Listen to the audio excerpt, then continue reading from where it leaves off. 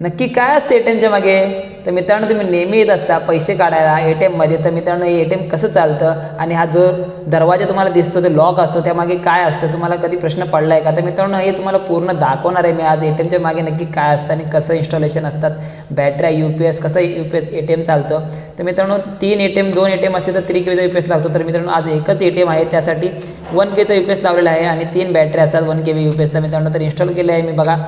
सिरीजमध्ये लावल्यात बॅटरी 100Hच्या 3 एक्साईडच्या बॅटऱ्या आणि व्होल्टेज वगैरे मी चेक केले, प्रॉपर आलं माझं इन्स्टॉलेशन.